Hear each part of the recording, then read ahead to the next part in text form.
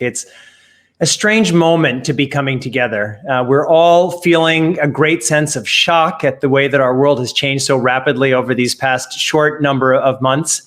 And yet we all can feel that something new is happening, something new is opening. And there's a very natural response to this kind of change. And we all have that instinct, just this hope that our lives are going to snap back to what they were, that this will be something like a snow day and we'll just take a step back and the snow will be cleared. I know you don't have that much snow in Australia, but once in a while, and the snow will be cleared and then our lives will just go back. And I think all of us are going through this process of mourning a little bit, especially as it dawns on different people at different times. I know I was very early and other people maybe a little bit later, realizing that those lives that we've had are never entirely going to snap back at least exactly in that same way. And that's really difficult. And we need to take a moment. We need to acknowledge that. But then we all need to recognize that this world is changing and it's changing incredibly fast. And for us to succeed in the world that's coming and for us to build a better world from in some cases, the ruins of this world that is now collapsing on many levels, we have to begin our pivot. We have to know where we're going and we have to start moving there in a really fundamental way. And that's why communities like this are so important, because none of us can figure this out alone. We are biologically social beings. We need to come together in whatever ways that we can. We need to learn, we need to draw on our communities and build our communities to get through this together. And we're going to do that. And that's why I'm just really thrilled and honored to be here with you. And it's just a crazy, crazy moment. If you walk into any hospital in pretty much any country in the world, even now, there are people crying in two different wings of the hospital. In one wing, they're crying because of the loss, and whether it's parents or grandparents or people who we're tragically losing because of cancer or heart disease or now COVID. But always in another wing of the same hospital, there are people who are crying for a different reason. And they're crying because of the miracle of life, because of birth. And so we're all feeling the pain of this destruction, but this is also a moment of rebirth. And I want to talk about both of those things and our need to pivot at this really, really essential moment. So when I think of pivoting, there are three different steps in the pivoting process. First, we need to understand the essence of the moment we are in. Second, we need to connect with our core values to know who we are and set our North Star for where we would like to be. And third, we need to begin traveling in the direction of our North Star to realize our best selves, even in this radically new environment. So that's how I would like to organize my talk today, around those three principles. And let me start first talking about what's happening now. And I'd like you all to imagine that you have a magical optical device, and it has a little knob on it. And when the knob is turned all of the way to one end, it's a microscope. And when you turn it all of the way to the other end, it's a telescope. So we're going to start with the knob turned all the way toward a microscope. And we're going to peer into that microscope. And what are we going to look at? You're right. We're going to see an RNA virus. And our world is being transformed by this RNA virus, this novel coronavirus, SARS-CoV-2, but really the coronavirus is what we're all calling it. And viruses are hijackers. They are the ultimate hijackers and survivors. They don't have their own locomotion mechanism. It's a question of whether they're even living organisms. But what they do is they hijack hosts, and they turn hosts into basically machines, replication machines, doing their business. And we humans have become the super hosts for these viruses. And we've always been hosts, and all species are hosts for viruses, but we've become super hosts. How's that happened? Well, we've destroyed the natural barriers between us and other species that are hosts, like bats. There are lots of us. There are 7.7 billion humans. So if you're a virus and you want to replicate, it's a very good strategy to jump on humans. We're connected to each other. So because of globalization and all of our connections with each other, these viruses, and especially infectious viruses like this one, can spread very rapidly. And this is a novel virus. Our species has never encountered it before. That means every human, as so far as we know, is a potential host. And that's a really big deal because there are billions of viruses in this world and they're constantly replicating. And not every virus is a threat to us. As a matter of fact, some viruses are part of our microbiome. Some viruses over time have become part of our DNA. A lot of our genome is made up of viral genomics, what used to be viral genomics. But this virus, this coronavirus, has found this sweet spot between it's contagious, it's asymptomatic for a long time, and it's not so deadly that it immediately kills the hosts. And that's why we're seeing this incredible outbreak. So now we're going to turn that knob a little bit. We're going to widen the aperture from the virus to the outbreak of the virus in Wuhan, probably in November of last year. There's a lot of debate about where this virus began. And certainly, this is a naturally, for as far as everything we know, a naturally occurring virus. But that doesn't mean it's a naturally occurring virus that began in the Wuhan seafood market. As a matter of fact, I think that's actually a highly unlikely origin.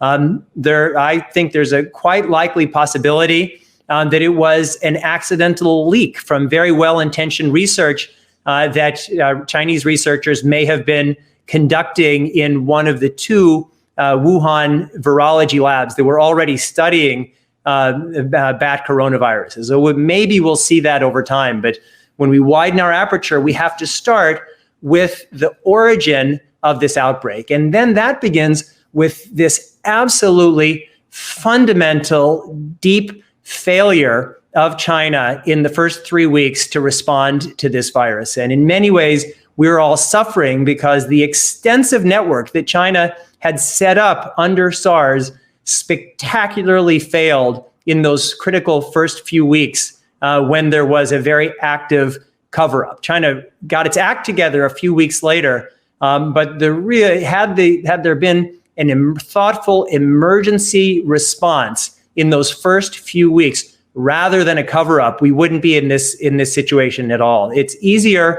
to put out a stove fire than a kitchen fire, than a house fire, than a city fire. And so that opportunity was lost. And then when the virus began to spread, different countries did a better and worse job of responding. Taiwan, which had the common experience of SARS, they declared their national emergency on December 31st, and they were way ahead of the curve. And that's why Taiwan has handled this very, very well, along with other countries like South Korea, Iceland, New Zealand. Australia has done an excellent job. Germany, European countries, most European countries weren't as good, even as the European countries that I mentioned. And the United States did an absolutely terrible job. And I'm sitting here in New York at the epicenter of this. We have a really just devastation here. And that's because of the fundamental political failure that happened here in the United States. But this failure didn't begin just this year, even the end of last year. It began decades ago when we had leaders like Ronald Reagan who were claiming that the government isn't the solution, the government is the problem. We've had politicians campaigning against the government. We've had a breakdown of our civic culture and come to see politics as a form of entertainment, of reality television, rather as something that's deadly, deadly serious. We've had an assault on our media, on our mediators of what is and isn't true or credible, this whole quote unquote fake news debate. And all of those played into the fundamental failure on the part of the United States and particularly the administration to call this crisis early. And that was, we are still suffering. As I said, with these kinds of pathogenic outbreaks, early is everything. And we failed here in the United States and we failed in the response, and we are suffering terribly as a result. But then on top of that, we have the President of the United States blaming others. And there certainly is a lot of blame to go around. I've been very public saying that I'm against people who say now is not the time to point fingers. We have to point fingers, but thoughtfully and carefully, because for all we know, there's an even more deadly pathogen that's already been released. So we really need to figure out what happened. It's like when a plane crashes, we don't say now is not the time to ask why. We say we better figure out what happened because there are other planes in the air. And so certainly, as I mentioned, China failed. Certainly, as I mentioned, the United States failed. But the President of the United States has been very vocal in his criticism of the World Health Organization. So let me just say a little bit, and as Toby mentioned, I'm an expert advisor to the World Health Organization on human genome editing. And I have a great faith in the WHO. It is an absolutely critically important organization. But the World Health Organization could have done better earlier in this crisis. It could have called this pandemic a little bit earlier. It could have been a little bit more critical of the news that was coming out of China. But I think we need to take a step back because this is all about perspective. And maybe we need to twist our little optical machine to look at the WHO role and all of us in a different way. Imagine in a different world, in a different scenario, maybe this is a different view through our optical machine, that we had the WHO that we need. That WHO would have had a global surveillance network. When the tripwire was hit of a pandemic, that WHO would have sent an emergency response team. And that emergency response team, as your Prime Minister, Scott Morrison, has suggested, would have functioned like a weapons inspector team. It wouldn't be a choice. Maybe we'll let them in, maybe we won't. Every country would have to let them in. And then they would go in and they would work with local authorities to stop the pathogen in its tracks. If that didn't work, they'd have the resources and mandate to respond globally, to coordinate a campaign to end it. And then when that succeeded, they would be constantly building capacity everywhere in the world, particularly in the most vulnerable states, because all of our health is connected. But that's not the WHO that we, all of us, our states, have created. So let's turn the knob a little bit to a wider aperture, because we talked about the governance crisis that became a health crisis. Everybody knows what I'm about to say, so I'll move through this quickly. But this health crisis is very, very serious, and nothing approximating normalcy other than in the most isolated places, maybe New Zealand can get to this state, but nothing that will feel fully normal will arrive until there's a vaccine. And that's going to take a long time. Maybe a year is the dream scenario, maybe a year and a half, maybe 2 years. And we talk about flattening the curve. It's essential that we do that, but that also is another way of saying spreading the pain. But we're also going to likely see over the coming months the brunt of this pandemic shift from wealthier countries to poorer countries, particularly in the southern hemisphere. And that is going to lead to all kinds of dangerous cascading. But we're also going to see trends that maybe would have taken months to play, maybe would have taken years to play out, or decades, are now arriving in weeks and months. The way I talk about this is the future crashing into the present. And we're already seeing that through virtualization. Who would have imagined that our parents and grandparents would have become Zoom experts in weeks? Who would have imagined that we could do our education, our healthcare, everything virtually over the course of weeks? Already in the United States, we're stepping up the role of artificial intelligence in medical diagnoses. This has been happening for a while, but it's speeding up because there are so many claims on our healthcare professionals. And we know that the virus is moving at the speed of globalization, but our response is also moving at the speed of globalization. Scientists around the world are networking, are collaborating. And it's ironic when Susie Jamil decided she wanted to have me come and speak, it was because of my book, Hacking Darwin, which I hope that you'll all read, which is about this unbelievable, almost godlike powers that our one little species suddenly has with these tools of the genetics revolution. And as we suffer from this ancient virus, these incredible tools of the genetics revolution are our superpowers that we can bring to this fight. The genome of the virus was sequenced within 2 weeks. There are new treatments that are developing because of these technologies. There's lots of work going in to potentially creating genetically modified vaccine. So we're writing the code of the response. And we already have 3 genetically modified humans, the so-called 3 CRISPR babies born in China, who were modified exactly to increase viral resistance, in this case to HIV, even though it was highly unethical and not successful. So we will go there in our future. We will have genetically engineered children, and those children will be genetically engineered to protect us from these deadly threats, including deadly pathogens and genetic diseases. So this governance crisis that became a health crisis is now morphing into national and global economic crises. I don't need to tell everybody here that we're experiencing a massive economic downturn. We're having disruptions of major industries and markets. The price of oil has collapsed. Commercial real estate is collapsing, and we're all going virtual. We're not all going to go back to physical work life in the way that we were.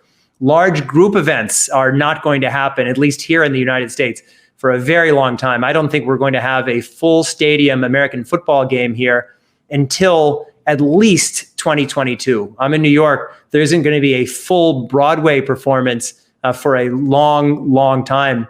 And just the patterns of our human consumption, the patterns of our life are going to shift.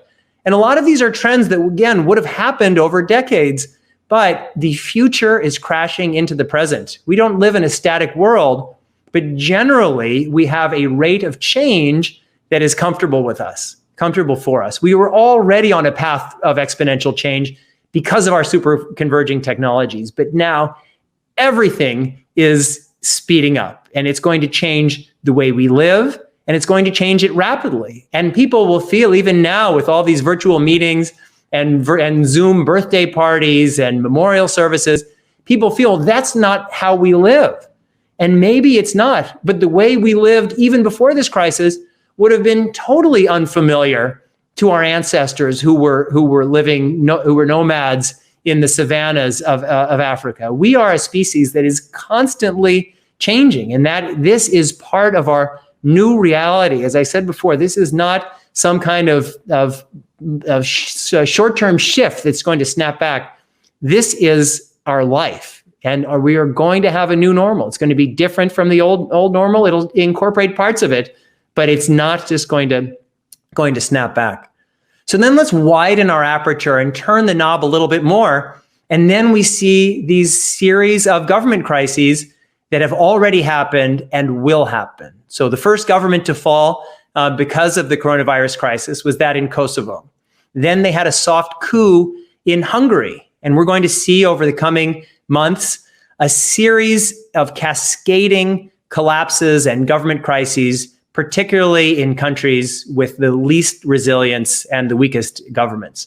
But there's another country that's going to have a major political crisis, and that's my country here in the United States. We already were having a very difficult political time, but we're now moving into our presidential election season, and we are going to have a highly, highly contested presidential election. We're going to be attacked by bad actors, whether from Russia or elsewhere, because this is the moment when the people who are uncomfortable with the role that America has played in the world, this is the moment where they will try to change the global balance of power. And it's a heartbreak for me to be speaking to a primarily Australian audience about this, because when I think of what are America's greatest moments, among our greatest moments in our entire history,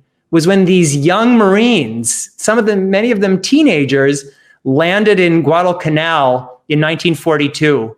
And they saved ourselves, but they saved Australia.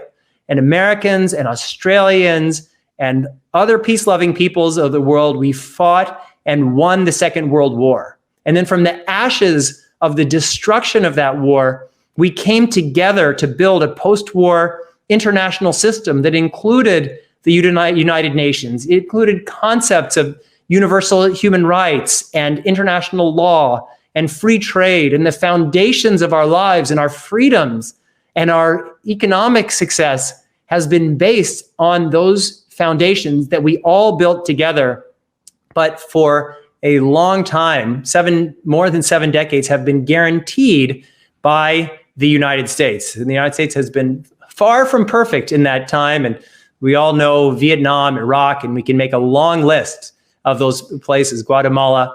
But all in all, the United States played that role.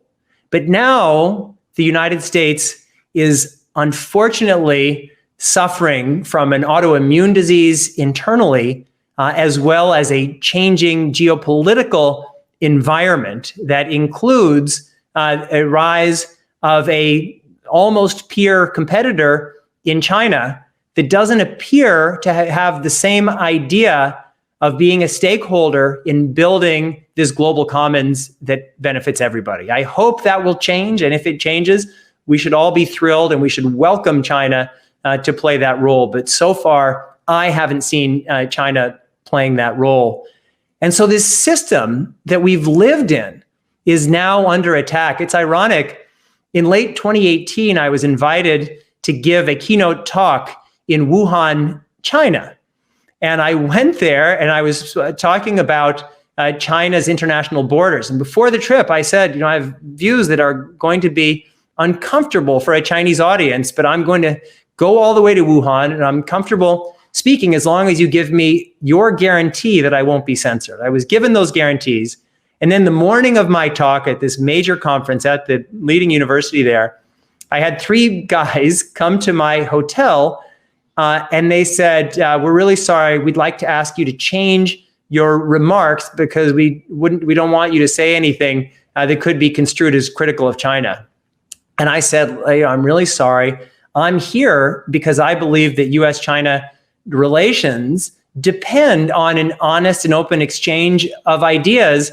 And if we can't even talk to each other, how are we going to move forward together? And so we had a conversation.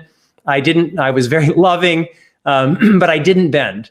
And they said, oh, we're really sorry. We're going to have to cancel your talk, but you can come to the conference as long as you sit in the back and don't say anything. And so I was there anyway. And so I agreed, and I was in the back of the conference. I listened all day, and there was a lot of propaganda. And at the end of the day, they had an open Q&A session, and somebody was walking around with a microphone. And I just raised my hand. I think not everybody was read into the plan. Somebody handed me the microphone, and I got up, and for about 10 minutes, I gave a shortened version of what I meant to say, and that is, I come originally from Kansas City, the hometown of President Harry Truman, and I really believe in this post-war international system. I think it's been the foundation of helping so many different people around the world, including Americans. But right now, what I'm seeing is the American government, the administration, is hacking away at the foundations of our world, and the Chinese government is hacking away at the foundations of our world. And if we hack away at these foundations and we don't have foundations, we'll wind up with the kind of chaos that destroyed our world. We had to fight 2 world wars to learn that lesson. And I fear that that is what is happening now. And that's why I feel that this year, 2020, will be seen in historical terms as the end of the post-war era. What began in 1945, I think will come to an end in 2020. And that doesn't mean that the new world is going to be non-recognizable, but it means that things are really, really going to change. Antonio Gramsci, who is an early 20th century communist philosopher, he has a quote that I use a lot. The old world is dying. The new world has not yet emerged, and in the twilight rise up monsters. So we have this dangerous moment where this world that we've known that's delivered incredible peace, security, stability, and so many other things is breaking down before our eyes, and we don't have something to replace it. And what will likely fill that gap, if we're not careful, is the old balance of power politics. And we know where that ends because we've seen this story before. And that was the late 19th and early 20th century. That's what brought us here. So if you're scared, that's an appropriate response. This is a scary moment for all of us. But that's why we have the second part of my talk, and that is asking, what is our North Star? Where are we heading? And more importantly, who are we? What are the values that we want to bring to bear as we help build this new world? And these are the defining moments of our lives. There are lots of times in our lives we can just kind of cruise along like we're on cruise control on a highway. But there are critical moments like this where the decisions we make define our futures on so many different levels. I mentioned the world wars. There was a moment just like this after the First World War, and people just like us came together recognizing that there was a new environment and new technologies, in that case, the radio and other things. And there was a struggle to see whether the forces of construction or destruction would win the day.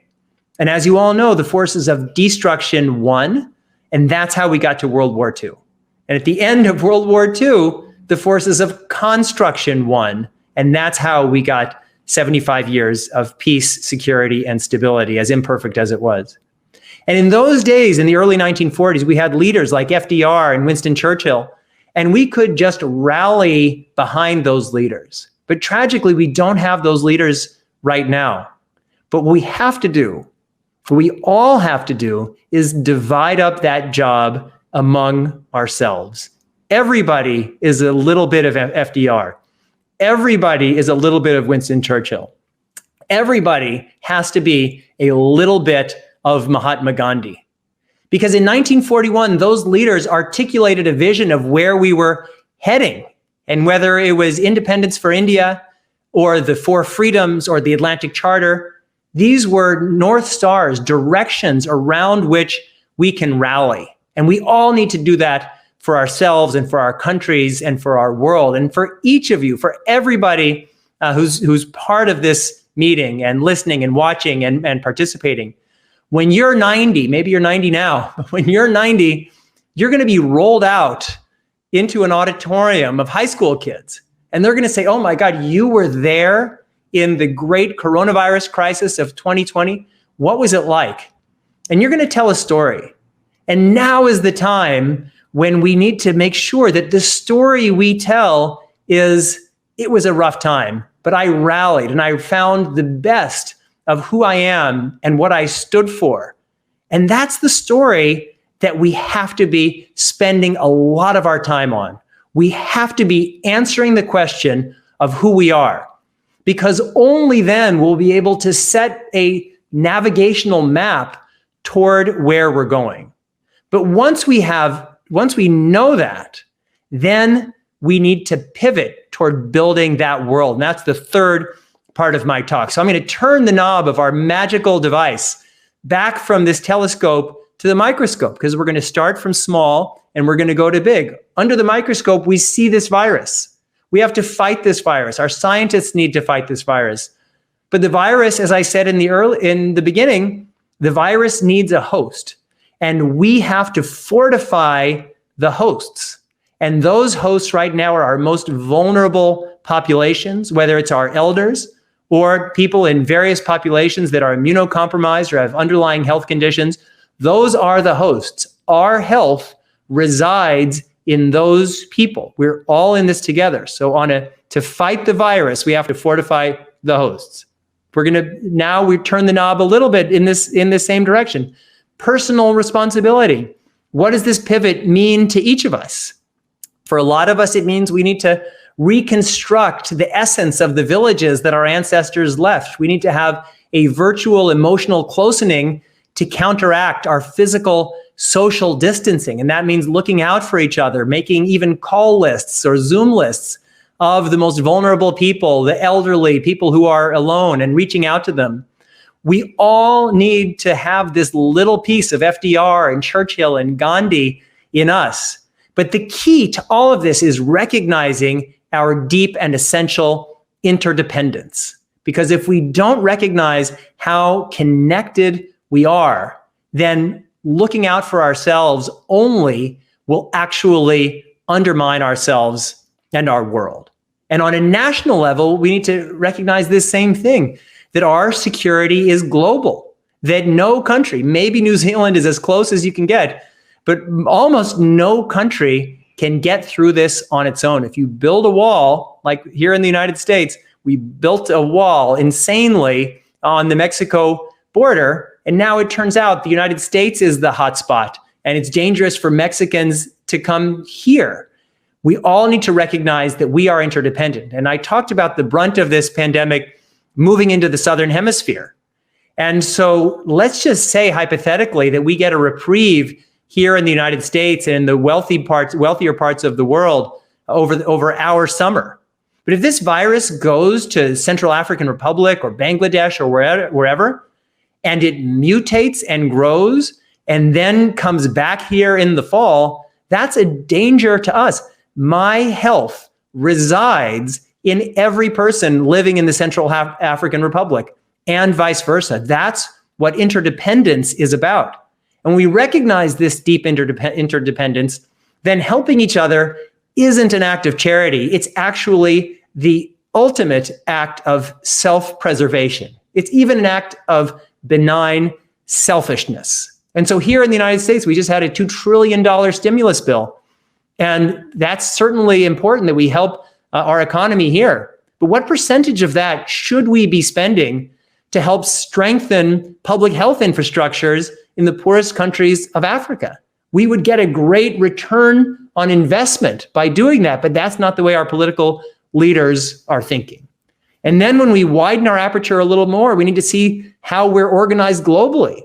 And there's a structural problem here, which is the fundamental mismatch between the global shared nature of the biggest problems, the biggest existential problems that we face, and the national way we're organized to address them. And that's the core problem. We've all empowered our states to look out for our narrow interests.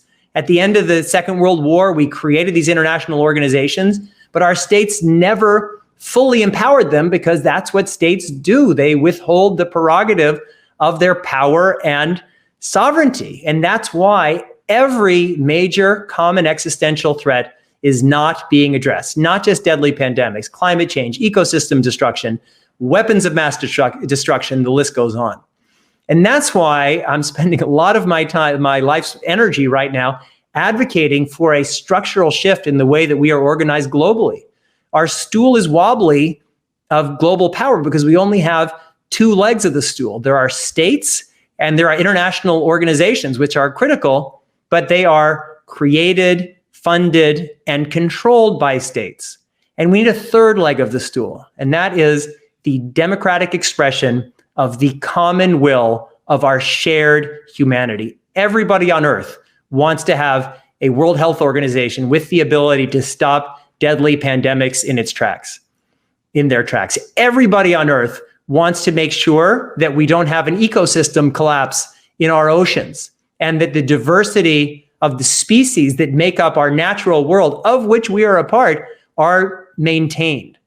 And that's why I'm working with people all from over 30 countries on a new interdependence initiative that recognizes that. We'll be releasing next week our Declaration of Interdependence, and then we're going to be starting some very specific global campaigns to rally people around this idea of interdependence, not as some foofy, crazy concept, but as the essence of our safety, security, and stability as a species. And this crisis, it's really terrible, but it's forcing us to take a hard look at ourselves. And some things are really working well. There are lots of ways that we're better off. Our literacy rates are higher than they've ever been. There are a lot of great stories, but there are big parts of our world that were already broken. And what this virus and this pandemic and this crisis have done is to show that that world with these high levels of inequality, of unequal access to just basic human goods and needs like water, sanitation, education, if our health, our safety, our security resides in each other, there's no us and them. There's us and us. And we have to recognize that. So the final shift of this magical optical machine that we have is we're going to turn it into a telescope, but we're going to take it up into space and we're going to turn it around and we're going to look at our planet from this telescope positioned in space. And what do we see?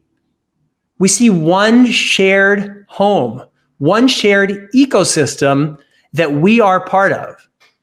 We see one common humanity within that ecosystem.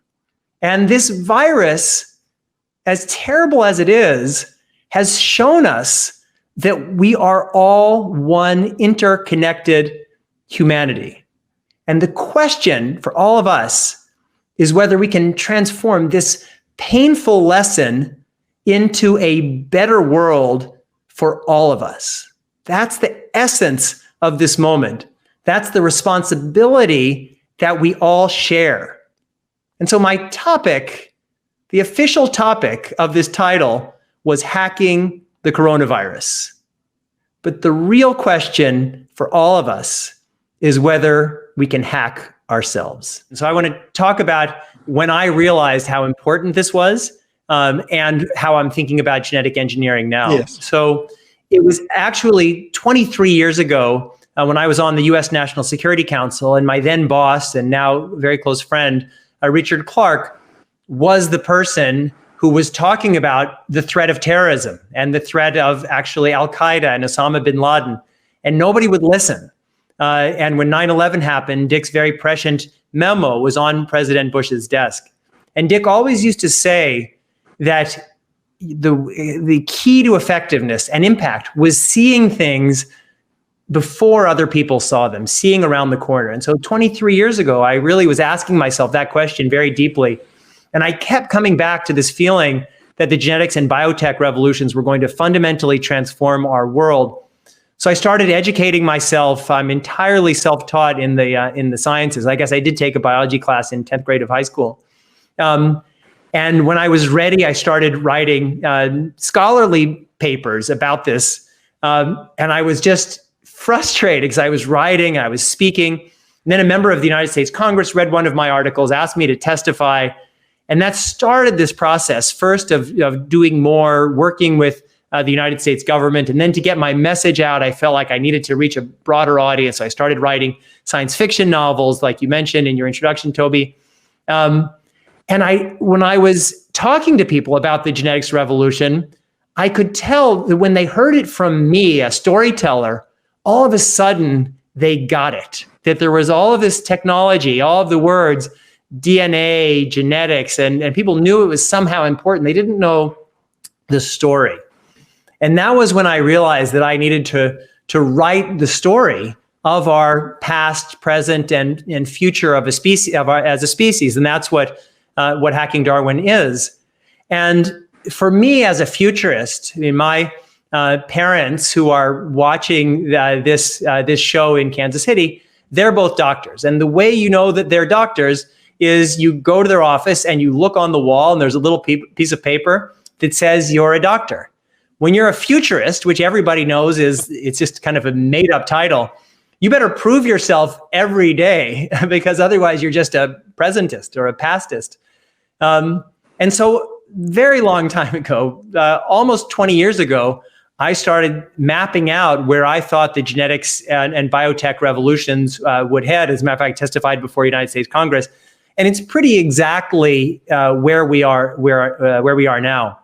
And we're seeing this fundamental transformation across the board, but there are three areas where it's really hitting us. One is the fundamental transformation of our healthcare systems, from generalized medicine based on population averages to precision medicine and healthcare, which is what we're moving toward now, to predictive medicine, healthcare, health and life, where from the moment of birth or before, you'll know a lot and your parents will know a lot about your risks and maybe special opportunities.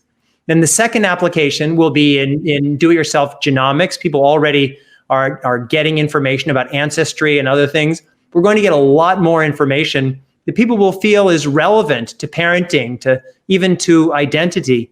And then the third area is in its application to assisted reproduction. And that's why I talk about the end of procreative sex over time, because we're going to apply more and more science, not just to baby making, but also to transforming the nature of the babies that we make. As I mentioned before, we already are doing embryo selection. We already have 3 CRISPR babies that we know of.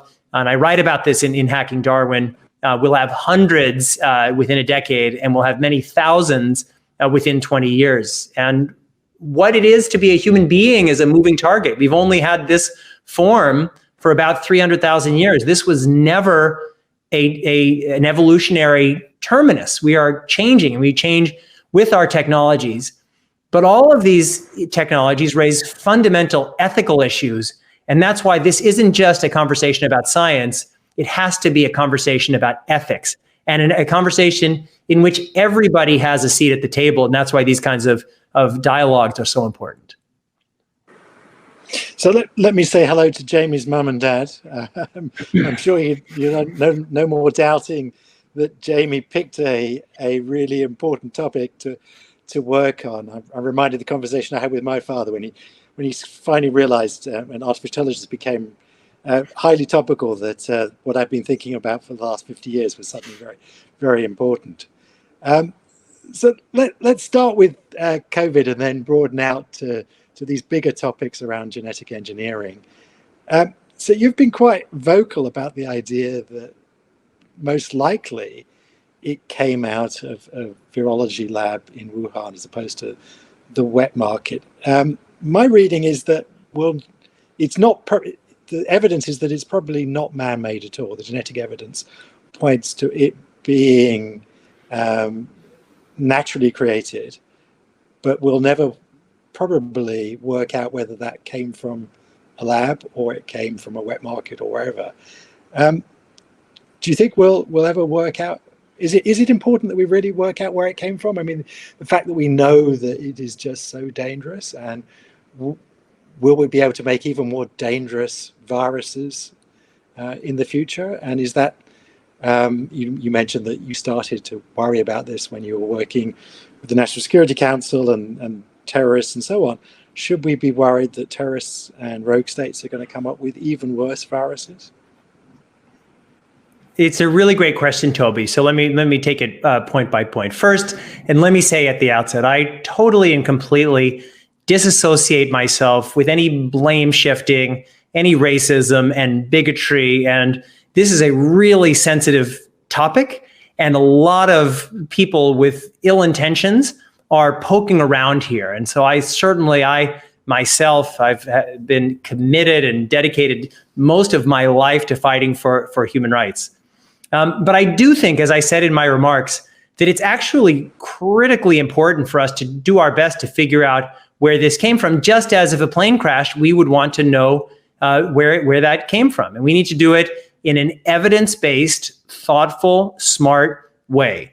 I agree with what you said, that this does not look like it's a genetically altered or engineered virus. Certainly, we will face genetically engineered viruses in the future because it can be done relatively inexpensively. A lab in Canada a few years ago created a horsepox virus, which is a cousin of smallpox. They did it for $100,000. Now that something like that could be done for under $10,000. So we're going to see that in the future, and we have to be worried about it. But here's why it's important to know, to try to know whether this was a natural zoonotic jump or this was an accident, an accidental leak from one of the 2 Chinese virology labs in Wuhan.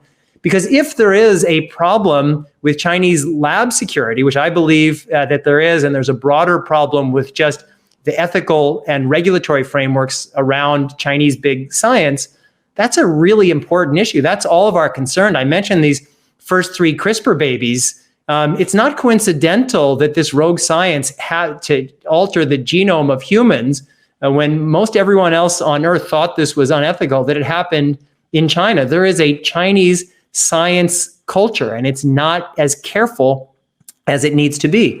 So let's look at whether it's a natural jump. If that had been the case, where would that have happened? Because the horseshoe bats, which is the most likely reservoir host for this virus, they're in Yunnan.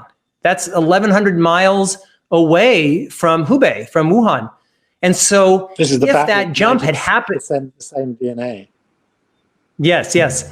And so if that jump had happened somewhere else, we would have seen evidence of people who had COVID-19 likely somewhere else. If this jump happened in the seafood market, then it wouldn't make sense that there were the Lancet reports that came out in January suggesting that the cluster from the seafood market wasn't the first cluster. But what if the story is that it came out of one of the 2 virology labs in Wuhan? When this story came out, on day 1, I said, well, this sounds really suspicious because I track China a lot. And I know when they have these breakouts, they happen in the south, in Guangdong or Yunnan, in the more tropical areas. They don't happen in Wuhan or in Hubei, at least historically. They don't have that many bats there, and the bats there are hibernating. But they do have the only level 4 virology lab in Wuhan, and we know that those virology labs were studying bat coronaviruses. And we know that when US Embassy officials visited one of them in 2018, they were appalled by that they were studying these exact type of viruses, and the security was so low. And we know that in the first few weeks after the outbreak, there was a massive cover-up attempt in China where evidence was destroyed. People were forced to retract things. And even now, we don't have that level of openness. So I don't know whether we'll ever know, but it's really important that we know. But then it's also important that we recognize that this is an ongoing threat. And even if and when we get over this crisis, which we will, there are going to be more of them. And that's why we can't accept the world as it is. We can't accept that we have a World Health Organization that doesn't have a global surveillance capability, that doesn't have inspection teams that can immediately go anywhere in the world, that doesn't have the resources and mandate to organize a coordinated global response. We can't accept that we're not working with African countries and South Asian countries and others to build up their public health infrastructures. That world is broken, and worse is coming. The rate of these pathogens showing up is increasing because of climate change, because of ecosystem destruction, because of the ways that we are living. And if we can't build up our defenses and our capacities and help each other, we're in even bigger trouble. Okay, so I buy your argument that if we can find out the source, then we can see whether this is a major risk and we need to be pushing the Chinese on the standards within their labs. But the idea of wet markets, do we not already have enough evidence that from SARS in the past and MERS, that this is a major risk to the world, and that we really should be pressing China to be closing down these wet markets, or at least to be regulating them in a much more thorough way? Toby, that's a trick question, because you know my answer. Like, obviously, they should shut down these wet markets. Obviously, eating pangolins and civets, I want to be culturally sensitive. It's disgusting. It's unhealthy for humans. It should not be happening. Nobody should be having shark fin soup.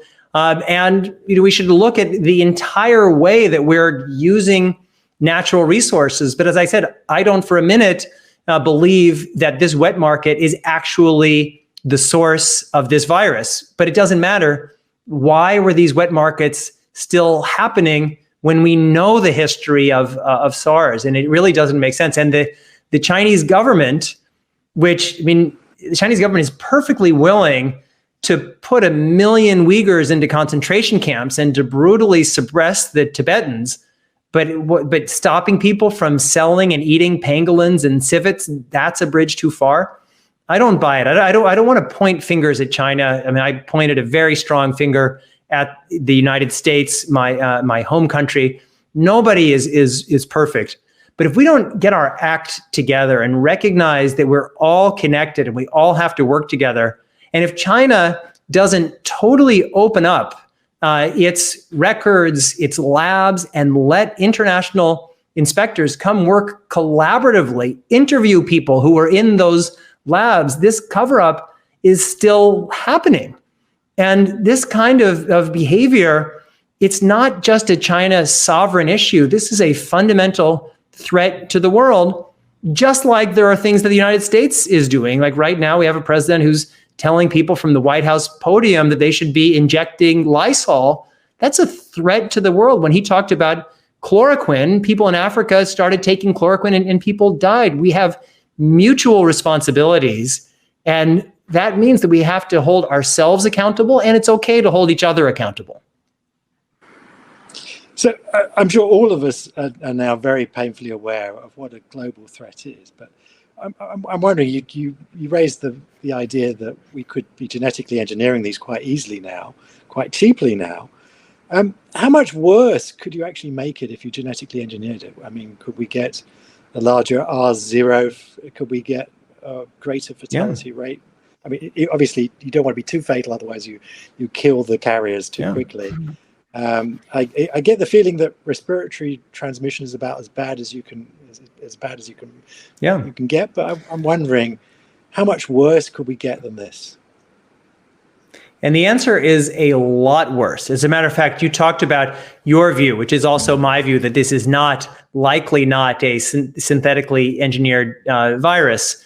But in the seminal Nature Medicine article, where they really looked at that question, one of their primary pieces of evidence was, if your goal was to genetically engineer a virus to cause harm to humans, this was a botch job. It was, you could do so much better, and it doesn't take, you don't need to be the world's greatest virologist to figure out how to do that. So yes, there's much worse that's coming. As a matter of fact, I have a piece with Andrew Hessel and Hansa Bhargava coming out in CNN.com on Monday about this. And worse is coming. Worse is coming. We know it.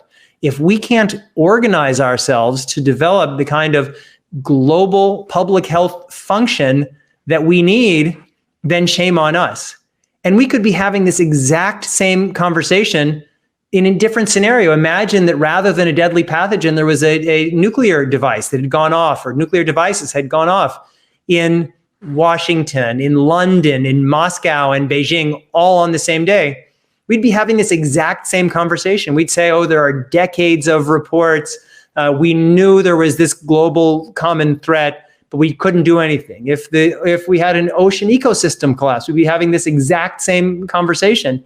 And the question is, how can we organize ourselves to solve these common threats? And one, intellectually, we have to recognize our interdependence, but then we have to build infrastructures around that idea. I think every country should have a ministry of existential threats where they're looking at these issues. The United Nations should have an existential threat agency that's empowered to look at what are the biggest threats, what do we need to do to be better prepared, and empowered to continuously move an agenda forward. We have to get organized, because this stuff is only going to get worse. So picking that idea up, that we really need to be thinking about the institutions and the changes, and that really interesting historical analogy you made, that we've already been through such a transformation in the past, when we went through the end of World War I, World War II, and we changed society. We introduced institutions like the United Nations, and we went through a great period of growth, of the world, inequality in the world improving, life expectancy getting better. We made the world a much better place after that. But I'm worried because it took a failure. We failed at the end of World War I to get it right. We went through the Great Depression. And it seems to me if we're not very careful now, we'll go into another depression and we will fail just like we did the first time. And we'll have to have a second shock like World War II was before we can actually really get our act together. Yeah. And this could, yeah, I for sure see hope. So first, this could be that crisis. And that was why I used the Gramsci quote. This could be, and I believe this is the end of this post-war order. And there's a race, as I mentioned before, between the forces of construction and the forces of destruction, because the bad guys, the supranationalists, they're having meetings kind of like this, using these same tools, recognizing the opportunity of this moment. And for those of us who recognize our interdependence, we can't just think that tuning into a lecture, as great as I hope it is enough. We have to be building. And that's why what I always say is this is an all hands on deck moment for our species. And anybody who's sitting home binge watching Netflix isn't understanding both the magnitude of this moment and your individual role in fighting for the world that you want to live in, and I think we all want to live in, and that's the charge of now. So you've worked inside, organizations like the World Health Organization, which is presumably one of these institutions that we need to grow and strengthen to deal with these sorts of risks. Who has an impossible job? I know it's received. You did criticize it a little bit, but it has an impossible job where it only works at the invitation of the countries involved, and so it had to walk an incredible line with the Chinese, not to be too critical, so that it would still maintain access. It still has, you look at the way it deals with Taiwan and so on. It has to walk an incredible diplomatic line, and I wonder if it, how could we strengthen? How could we give it the tools? So that it could actually do the right job. Yeah. And more fundamentally, whether the sort of rules-based order that we grew out of World War II, that the institutions like the United Nations and the WHO represent, whether that is not actually fundamentally just breaking down, and we see some new post-truth world in which it's much more inward and less and nationalistic than the ideals the global ideals that we need to deal with these global threats. Yeah. So let me take those two questions in order. First, on the WHO, I mentioned the interdependence movement that I founded, and now we have hundreds of people working together. The first thing that we're going to do after our declaration is going to be have commission a very fast but study where we're going to ask 4 questions. One is, if we were starting from scratch, what's the world health function that we need? 2, what's the difference between that function and what we have, and that's the need? 3, what are the emergency things that the World Health Organization needs to have now in terms of resources, personnel, mandate, and other things, so that we can act right away, especially to help the poorest and most vulnerable countries in the world? And 4th is, what's a medium-term strategy for shifting the WHO and the global health function we have toward the one that we need? But all of that, the WHO exists, as you correctly mentioned, Toby, within the context of our international order, of this rules-based system.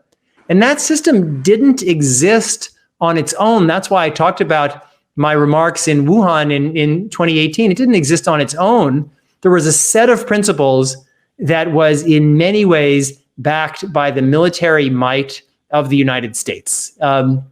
There were a lot of other players, a lot of other factors, but that was one of the most essential pillars. And I think many of us, certainly here in the United States, very tragically, have come to see this built environment, which our ancestors, parents, grandparents, they fought and died for these principles. I myself am, my father, who's again listening in Kansas City, he came to this country as a refugee from Nazism. I deeply believe in these principles. But too many of us have come to see the peace, security, and stability that we have as just some kind of state of nature, not a constructed environment that many, many people came together to build and over generations strengthen and maintain. And you're right, if we don't fight for it, we're going to lose it. And then we're going to go back to that world of balance of power politics.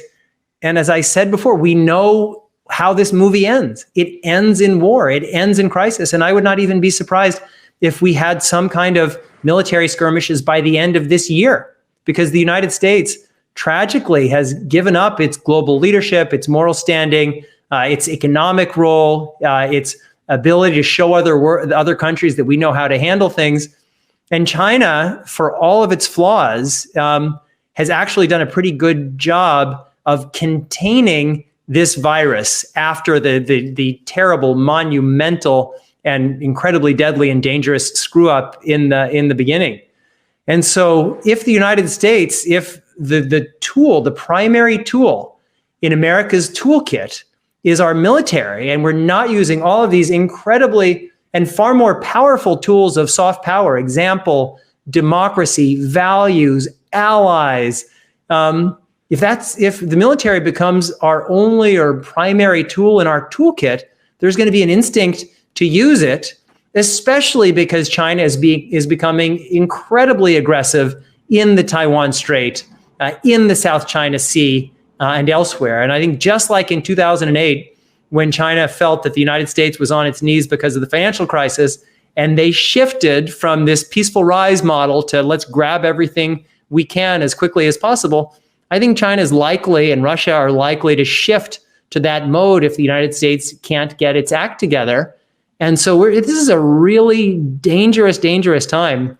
And if that's not where we want to go, we all need to be organizing. And we need to be organizing for a politics on the local, national, and global level that better reflects our common aspiration as humans sharing this same planet and sharing this same home. And that's the challenge. The frightening observation is that if you look back at the history of the last 1,000 or so years, we've had a major pandemic every 100 or so years. We've had a major depression every 100 or so years. We've had major wars every 100 or so years. I'm just a bit worried that, which is exactly the time it takes for a generation to forget and the next generation to come along and rediscover those lessons from last time. I'm just worried that we're going to have to rediscover the same lessons that we learned 100 or so years ago with the two world wars, the Great Depression, and the change that happened again. Yeah. I think you're right. I mean, I talked about people in the United States coming to see politics not as a sacred space where people who with very different backgrounds come to negotiate common approaches, but as a form of entertainment, kind of like a boxing match. And you just vote for somebody who's going to stick it to the man and drain the swamp. When the swamp is us. In a democracy, the government is us. That's why I called it an autoimmune disease. And globally, the United States, has definitely been imperfect. But it's not that really a lot of countries have stepped up. There have been a lot of free riders, and the United States has carried this burden and benefit on its shoulders for a long time. And as someone who really believes in this country, and our United States and Australia, I mean, we are historically joined. Those Marines in Guadalcanal, they were fighting for us, but all of Australia is different because of what happened there, because of the Americans and Australians and others fighting together. And we can't lose this battle. And America is down, but we're not out. We still stand for something. We still have a lot of idealism here. We have an election coming up. I sound like a partisan here, but I have lots of friends who are Republicans who believe in this country and what we stand for and the international system and our allies and friends and doing the right thing, and that we shouldn't inject Lysol into ourselves. There is that America is not dead, but we've all got to come together on every level. Well, appropriately enough, yesterday, of course, was Anzac Day, the day that Australia remembers its role it's played in trying to push the right values and make the world a more peaceful, ultimately, place. So it is the right moment to be thinking of all these big, important questions. I want to just broaden the conversation to genetic engineering and the promise and hope and the perils that poses for the final 10 minutes of our conversation. Supposing we fix the world order, we fix the institutions so that we can deal with these challenges like pandemics and all the other existential risks that face the world. One of the risks there is that, and we've already seen this beginning November last year, is that maybe China's just going to completely win the genetic engineering race. We're already seeing CRISPR modified babies in China, and they have a number of reasons in terms of data, in terms of attitudes to privacy, in terms of ethics, that means that they may go down that road quicker, faster, more dangerously even than we would here in the West. So will China just completely win this race and use that for economic and other advantage? It could. And there's a tendency for liberal people to say, well, science is always a win-win, that science that happens anywhere is science that happens everywhere. And sometimes that is true. And there are some times when science is a zero sum. It's not coincidental that America has all these big internet behemoth companies and Amazon and Google. And it's because the internet was invented here and our companies had a head start. And so there is a zero-sum element to technology. I mean, that's America's post-war wealth comes from these heroes like Vannevar Bush, who helped build this science and technology juggernaut that was a foundation of American wealth and power.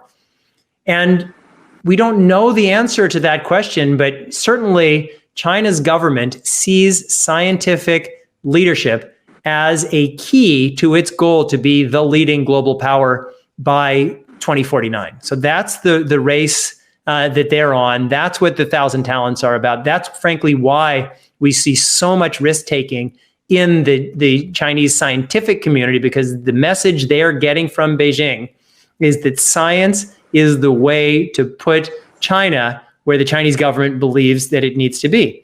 You mentioned data. So right now we have 3 models of data privacy. There's China, minimal data privacy; Europe, lots of data privacy; the United States, somewhere in the middle. There will be an answer about what's the best way to do data to advance science. It could be that if you have weakest privacy protections, the data is the most accessible, and then you get a head start. It could be if you have the strongest privacy protections, people trust the data, and you get higher quality data, which is why, for example, the UK Biobank is the best genetic database in the world, even though there are other countries that have bigger ones. Or it could be that this US position, for now, somewhere in the middle, is optimal. The way that we're going to find out is 20 years from now, we're going to see where these world-leading companies are, that what scientists have the greatest access and are making the biggest advances. And the same is true for scientific cultures and all of those things. So China absolutely sees science as part and parcel of its national strategic plan around the Chinese dream and Chinese Renaissance as they see it. That doesn't mean we all have to see science in that way. I think it's great that we see science as a new frontier, as a way to enhance our capabilities and improve our health and make our lives better. But if there's at a moment like this, we really need to ask the tough questions about what's the kind of science that we want? And because, as you know, I believe what we're experiencing now is a manifestation of China's race, China's science race, where it doesn't have the infrastructure. And it's actually my view, and I can't prove it, that China was actually in a very well-intentioned way trying to develop vaccines and preventions for these exact viruses if they had this mistake in Wuhan and the leak. And I put all the evidence on my jamiemetzl.com website, and people can go there and decide for themselves. But science is the domain. We're at a moment where we're seeing exponential scientific advance. We're seeing a super convergence of all of these technologies. And so our lives are just fundamentally changing, and the rate of this change is only going to pick up. So let me get to one of those tough questions. You've said the very essence of what it means to be human is ultimately at play here. So what is the essence of what it means to be human, and what might we actually lose if we get it wrong?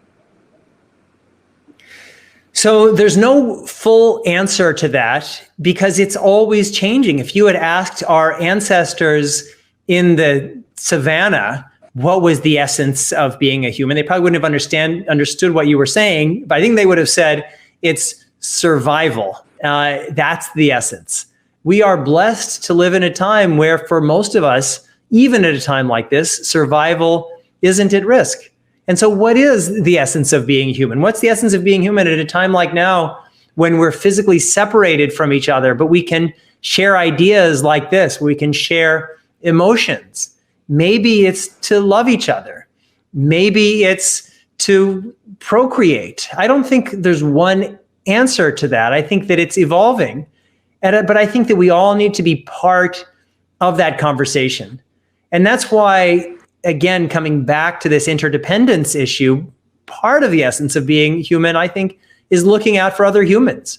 And we can't go on feeling like it's okay for me to be here in New York, kind of thinking philosophically and musing about the meaning of life, when there are people in the Central African Republic or elsewhere who are starving in the middle of war zones. And if there is an essence, it's both individual and communal. And as I said before, this pandemic is teaching us about our interconnectivity. And the question is, can we learn those lessons, and then can we act upon them? The first question is from Carrie Webster. And this is a very important question. What happens if there is no vaccine? And of course, there are other viruses for which there are no vaccines. So maybe there won't be one this time. It's a great question. And if there is not a vaccine, it's not that this virus is going to kill us all. It's just that it will kill some of us. And that is a terrible, terrible tragedy, but eventually we'll develop herd immunity. And so if there's not a vaccine, we can use these tactics that we're using, but eventually most of us will get it. And the most vulnerable people who would have this the worst response to their experience of it, if too many of us have the experience at once, there won't be enough healthcare. But even if we can flatten the curve, even people who have this and have full access to healthcare, some percentage of those people will die. And we don't know. Earlier on, the World Health Organization said that percentage was 3.4. It's looking now, it's something closer to 1. But that's a lot of people in a world of 7.7 billion humans. And I'm quite confident that we will get a vaccine. There already are some veterinary vaccines for coronaviruses. 100 years ago, at the time of the Spanish flu, the world population was 2 billion people, and there was a 20% literacy rate. That meant that for kind of any big problem, you had about 400 million people who could be part of the conversation. Now we have 7.7 billion humans and an 85% literacy rate. So that means we have about 6.5 billion minds all connected to each other, or many of them connected to each other through these very powerful networks. And I think we can solve any problem, including a vaccine. So I'm extremely confident that we'll get one, but we may not. And that's what I think would happen if we don't. So a related question, this is from Jackie Abernat and Summer Winter. Will widespread antibody testing be a game changer? We don't know yet. It could be, but the person alive who's had antibodies the longest has only had this for 5.5 months. So we don't yet know exactly what kind of protections people would get, but we're going to learn more. And eventually, I hope it'll be possible for people who have antibodies, if we can show that there are protections, and there are reasons to believe that it's likely that there will be some protection. We don't know for how long. We'll be able to move around a little bit more. I know Italy was talking about just having people have passes, or maybe likely it'll be something on people's cell phones. So it's not going to be a game changer overnight, but we are going to incrementally have more information. We're going to have better and more ubiquitous testing. We're going to have these serology or antibody tests, and we're going to know what they mean. So not a game changer overnight, but eventually, collectively, it'll move us in a positive direction. And then one from me, because it's sort of related, which is this going to be potentially also a game-changing cure? This idea that we can use plasma with the antibody resistance in it as a way of helping people through? So convalescent plasma is one possibility, and there are many reasons, and monoclonal antibodies, which is essentially the same kind of thing. It's hard to do because you need a lot of people who are donors. So you would first have to have the antibody test. You'd have to learn about what kind of resistance people who have had COVID-19 have. Then it's still about 3 to 1 in terms of donors, blood donors to transfuse, 3 donors to transfuse 1 person. So I think that we have a lot of different approaches, and convalescent plasma is one. There are different kinds of vaccine approaches, and we're marching down all those paths simultaneously. And better treatments are also going to help, because if we have really good treatments, that will increase people's ability to take risks, because if you get it and you know that it's not going to be terrible, then we'll be able to open up more. Okay, I'm going to move on to some US-centric questions.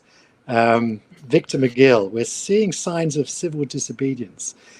How does Jamie think this will unfold, particularly in the economic impacts and Trump's inability to avoid it really impact, particularly in the Midwest? Yeah, I'm really worried about this. My brother, Jonathan Metzl, is a leading expert on just this transformation. He has a great book called Dying of Whiteness that came out last year that's talking about just this gulf. It's almost, we have people in the United States who are just living in alternate realities and heavily armed. There's constant messaging that the system is rigged. And I talked earlier about how I'm really worried about what's going to happen in our elections in November. So it's not crazy to imagine some kind of scenario where there's some difference in the outcome, or a contested election, because a lot of people are going to be voting electronically, voting by mail. It's something we've never done before. Our voting infrastructure is already hackable, as we saw in 2016 with the Russian hacks that, among other things, it probably shifted the outcome of our elections. And so let's just say that Vice President Biden wins and President Trump doesn't recognize the outcome. And is it crazy to say that he would call on his supporters to take one action or another, or to not accept it? I think that we can't take civic culture for granted. And you look at countries like Iceland, like Germany, that have strong civic cultures and senses of mutual responsibility. I'm very involved with South Korea. When they had the financial crisis in Korea, people lined up in front of the banks, not to take their money out, but to give their gold to the banks to help the country. That would never happen here in the United States. So I think we're going to have to, again, it keeps coming back to this issue of interdependence. We're going to have to reconstruct our civic culture. And that also means that we have to build a table big enough for everybody. I probably am some kind of smug liberal. And I'm sure if I had a different perspective and I was watching me now, I would be irate at me. And that means if we're talking about interdependence, if we're talking about connectivity, we need to build bridges because we're one humanity. And even people who we disagree with pretty fundamentally are also part of our one humanity. And we have to find ways to come together. So a couple of questions now I'm going to conflate, because they're all about how democracy is failing us. One from Lin Fu. The role of democracy as a governance safeguard, given the latter seems to have broken down. And another one from Fran Rigby. Bad political leaders, and I think we know who she's talking about, play on loss of hope and fear in the general population to push an argument that's largely around self-interest. How do thought leaders break through this inertia to open the general public up to a possibility of a different, more connected future? Yeah. I think it's a very good question. And certainly there are some democracies that have done a fantastic job of responding. I mentioned South Korea, Germany, Iceland, Taiwan is a wonderful democracy. And in their democracy, they maybe did the best response job of everybody. The United States, we have failed. And our democracy used to be a model that we pushed out and that others looked to. And that's not the case right now. That doesn't mean that our democracy is dead. It can be rediscovered. But when you look at why we're suffering, why so many people are dying in the first place, it's the fundamental deadly failure of the authoritarian Chinese system that didn't allow its own network to be triggered. That the officials, first in Wuhan and now in Beijing, were involved in a massive cover-up, and they're still doing it. And so we are suffering from the failure of democracy here in the United States, and democracies have worked well elsewhere. And we are suffering as a world and in China from just the fundamental failure of the Chinese system. But the test of all of our systems is, are they driving results? Democracy or anything else, it's not an end in itself. It's a means to an end. And that end is good governance and accountability and freedom. And certainly the United States is failing on that regard. And certainly China, which has done in the second stage a better job than the United States of addressing this pandemic threat. But no country that has 1 million Uyghurs in concentration camps and is squashing the rights of Tibetans can hold that out as a model. Neither of us are perfect, but we really need to say is, what are the basic inherent rights of a human being? And how can we find different government systems that can support those rights? I mean, there's lots of different ways to do things, but I think that's what we need to rally around. So, Jamie, unfortunately, our time is starting to run out. So one last question from the audience. And I've chosen it because I think it is one of the most important questions. And it's a topic that hasn't really come up much so far in our conversation, but I think is incredibly important to the solution of this. It's a question from Linda Peach. Do you think a key outcome of this pandemic will be a shift towards a more equal distribution of wealth across the globe? Or are we more likely to see an acceleration of the wealth gap we currently have that is driving many of these challenges? So I think that's a fantastic question and a great question to end on. And I think you'll know what I'm about to say. That's up to us. Our world is fundamentally unstable because of this equality. As this pandemic shifts toward poorer countries, we are going to be harmed because of this inequality. Here in the United States, we have such disparate levels of access to healthcare. This pandemic is growing. And so the right answer is we need a fairer distribution of wealth within and between our countries and our world. We may get to that answer, or we may get a totally different answer. And I wish I could say, but we have our government leaders and they're on it. And maybe if you're in a country like New Zealand or one of these smaller, more enlightened places, you can say, all right, I mean, if I was in New Zealand, I would say, the prime minister, I can't remember whether she's a president or prime minister, whoever is doing a great job. Prime minister, she's doing a great job. I'm just going to support her, and I'm going to relax, and I'm going to go back to doing what we do in New Zealand. And we're not bumpkins. We know it's not just sheep farming. But that's the question. This is all of our responsibility. Our leaders aren't doing this for us. But we have these incredible tools, like the tool that allows us to have this virtual conversation from the other side of the world. And we need to organize ourselves, and we need to rally behind our principles, because if we want to live in the world that Linda has articulated, we've got to come together to build it.